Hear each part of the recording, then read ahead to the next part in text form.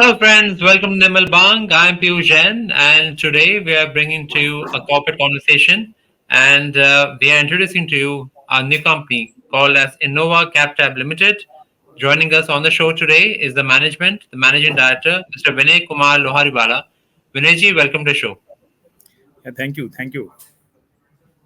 Vinayji, before my usually my first question always is about the company, but before that, I think we are curious to know about the name of the company. The more interesting the name of the company is, the higher the interest in the stock is. So let's start on the lighter note, and let's first help us understand your journey and also the journey about the name of the company. How basically you came about it.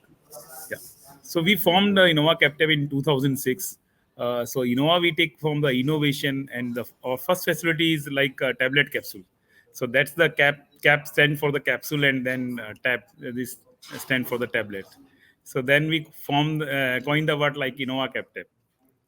So yeah. Very So nice. And so 2006, it has been almost like 17 years. 17 So years. Right. how basically where it started, where it all started geographically, and Yeah. then basically what is the sort of core product which your company is doing? Yeah. So in 2006, let me give you a background also. So our family is like in a retail and wholesale. So that business was for with the generations. So from our generation, when we are into college, we decide to start a marketing company. So in '98, we started marketing company from Ahmedabad.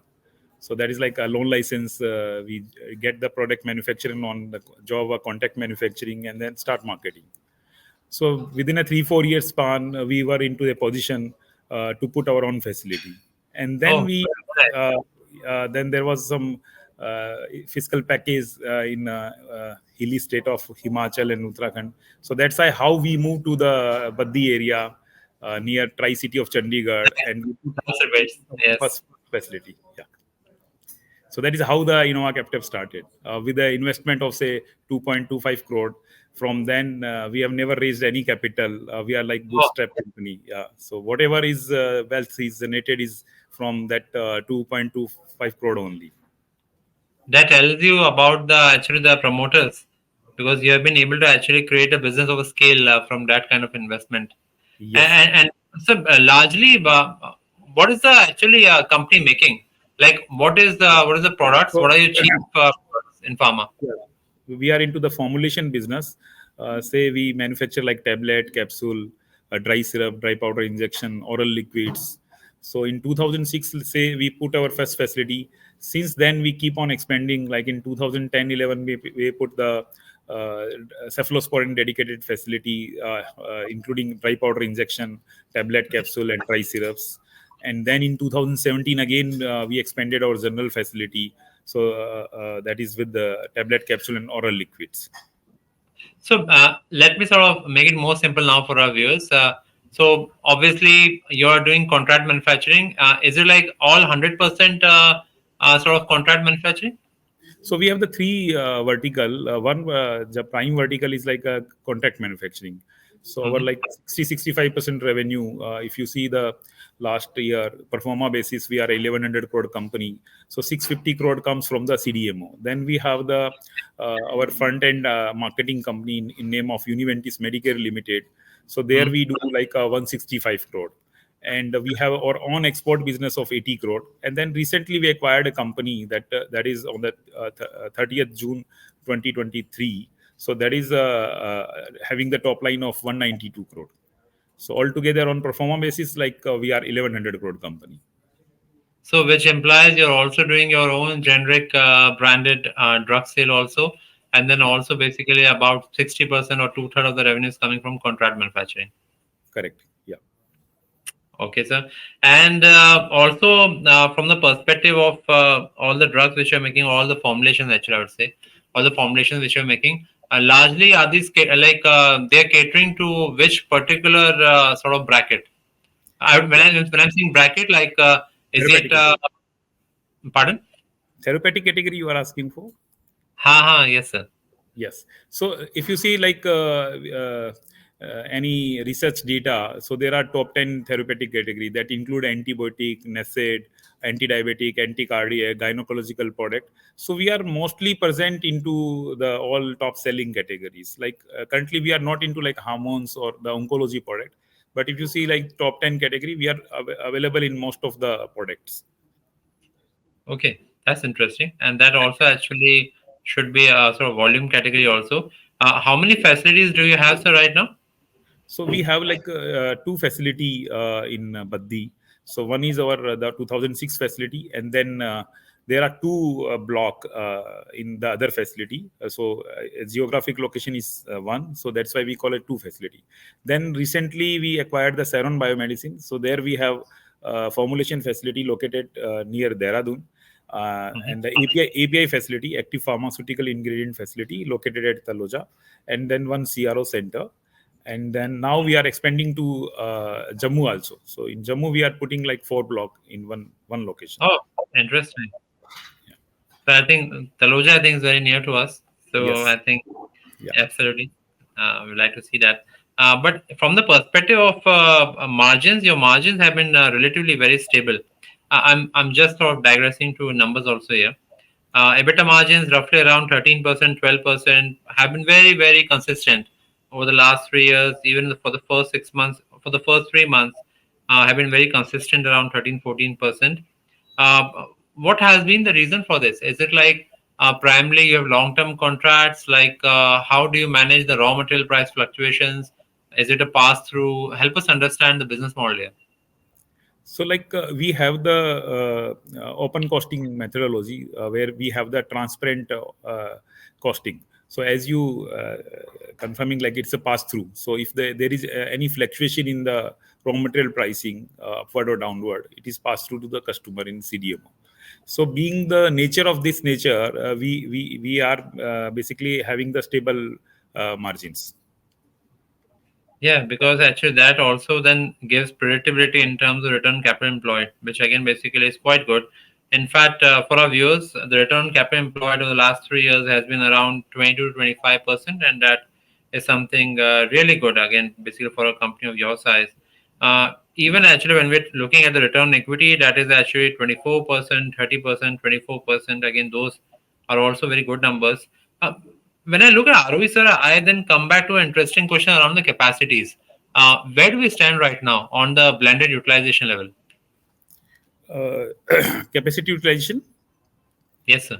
So if you see, we put the our in Innova Cap Tab, we put the facility in 2017. Then we re-expanded it to in 2021. Okay. So that facility is basically operating at a 45% level. In other facilities at a higher level of 70-80%. And then in Ceron, the recently acquired entity, there we have the formulation and API both operating at 45-50% of utilization. And what is the normal average asset turnover you command in your facilities? So Three to generally, four historically, times. if you see, we have done 5 to 6 time of Oh, very uh, nice. yeah, yeah. So that implies you can easily actually increase your revenue by 50% without even doing any expansion in the capacity. So we are expanding our capacity also. We are putting 350 crore expansion in Jammu Hmm. with few fiscal benefits as well. And 5 to 6 is was our trade. And what's the reason for expanding capacities when you already have some capacities around 40-50%? So say as you understand that in pharmaceutical we have a different sections and Yes. different dosage form like injection, tablet, capsule, large volume parental, small volume parental. So in our new expansion is like 75% is the new capacity capability extension. We are putting three new block where we are currently not available. Hmm. So this will increase our product basket. So there is no overlap of the capacity. So Okay. only the 25% part is where we have the capacity constraint. We are putting again. So 75% is our basket expansion. So that's why we can grow in both the way. Like the existing capacity, 45-50% utilization is there. Then we are putting the new capacity in the new sections. And this new capacity is going to get commissioned by when, sir? So in the next financial year, it will start. Next FY24, but around roughly FY25 which half? First half, second half? first half. FY25 first half. Okay. And FY20 first half. And if 350 crores is going into the capacity, and by your asset turn, does it imply that you are preparing for almost 1,500 crores sort of revenue over the next 2-3 years from that Jammu capacity? So there is one more flavor that we have. The central government have given the GST reimbursement scheme also. So like out of 350, we have the 250 crore investment in plant and machinery. So there we have say like three time 750 crore GST reimbursement. So 75 crore each year. Okay. To achieve this 75 crore GST reimbursement, we need to say achieve a sale of 650 700 crore. And that sounds like a music, I think, to the to the ears of viewers. But what's the plan basically? How are you going to achieve that? Is it like through exports?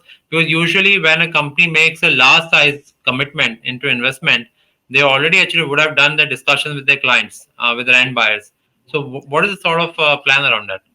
Yeah. So if you see, like we have a marquee customer, like 14 out of top 15 pharma domestic customers Yes. we are working with, Mhm, and we have the DSIR approved R&D center as well. So mhm. we have a lot of product development activity there in our R&D center, so that can be rolled to the commercial production. And having a established relationship is an advantage for us, right? Then export is again the geography, and export is again a big market in you can see that India is the pharmacy of world, and it's a big market worldwide. So what I was trying to come to, sir, is that out of this capacity, is there any particular percentage which is already sold out, which is already contracted out, and No, or the entire capacity actually are going to sign contracts later? no, sir, not yet. Okay, fine. So that is something which is both an opportunity and also a sort of work to be done right Yes. now. Now let's come to the interesting part here. How much funds you're raising, sir? Um, So we are raising like 320 crore as a primary, and 250 crore secondary IPO. So like right, and in the secondary, basically, who is exiting? we have the three stockholder, like promoter family, Manojji and myself, and then we have one investor, that Mr. Gyan Prakash Agarwal, who have invested in 2006. So Right. And since they are deservedly now actually getting some exit. Fair enough. yes, And from the primary perspective, 320 CR, is that the money which is going to Jammu, or there are some other plans for this? Like, what is the so split here of usage? so in Jammu there is another incentive on the term loan. So we have like 235 crore of term loan. So there we are getting interest rate of say 8.25%. Hmm. So we are getting 6% interest subvention subsidy from the center government. Okay. So that effective rate will be like 2.25 or 2.5%. Then So you will never choose any other funding for Jammu actually then. uh, so we are basically planning to retire our like working capital that we existing enjoying, and Sure. we recently acquired Saron Biomedicine, so part of that loan will also be retired. So the other Okay. loan will be retired and reduced, and we will keep the Jammu loan. Right. Okay. So out of 320 CR, like how much is going for loan reduction, sir? So like we have the GCP part. Other than GCP part, everything will go to the loan retirement. Okay. And Approximately we can say like how much? 200 crore. Yeah. Okay. And how much is your working capital loan, sir? So working capital loan currently utilized as like a 150 crore. Okay. So that entire 150 CR actually you're going to pay back with this, Yes, and then then subsidy loan we have 30 crore loan, subsidy loan that will be repayment, and rest will go like to GCP. obviously. And then basically your working capital lines actually get freed Yeah, up and you can again use them for sort yeah. of So fresh like revenue. in Jammu also we will require the money for working capital, so that can be funded through the general corporate purpose. Absolutely, absolutely. Makes sense. And geographically, sir, which geographies right now are your target export markets where you're already exporting? You're looking to ramp up help us understand that. Yeah. So like we started our export journey in 2013. We have bought our facility WHO GMP approved. We keep on focusing country by country, get audited from them, and file the dossier in different geographical territory. So our strength is like a ROW market and domestic market. We have the EU GMP approved facility also. Like our cephalosporin facility is EU GMP approved. From there, we have commercialized product into the UK market, Canada market as well. Right now, we have acquired the Ceron Biomedicine, that is like a UK MHRA approved facility. From Ceron formulation facility, we are exporting to UK, Europe, Canada, and Australia market. So that is a stronghold into the regulatory market. So altogether, if we see, we are covering the territorial ROW to the regulated market. So Right. our focus is also in the all the territory that let expand ourselves in regulated market as well as ROW market.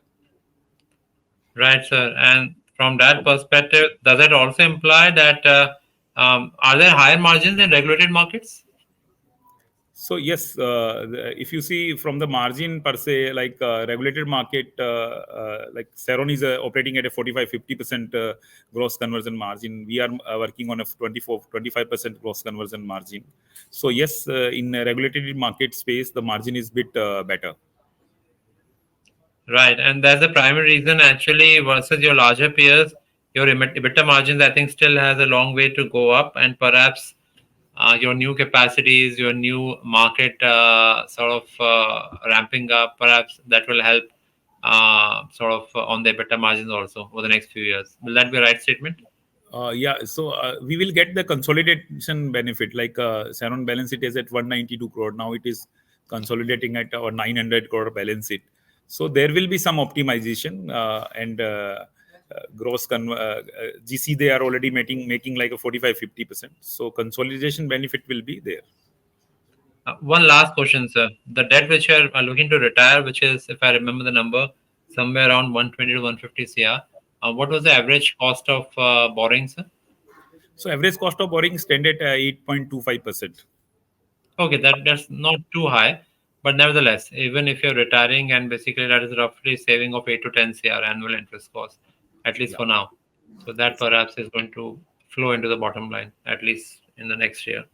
So I think that serves well. A lot of developments, expansions, greenfield, brownfield, new sort of funds flowing into.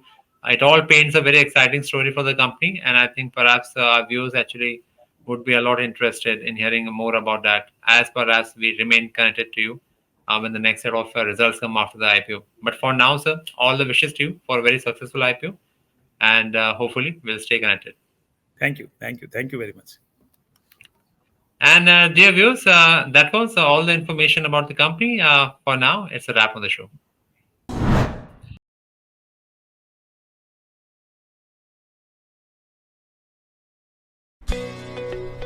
Subscribe to our YouTube channel and click on the bell icon to never miss an update from Nirmal Bang.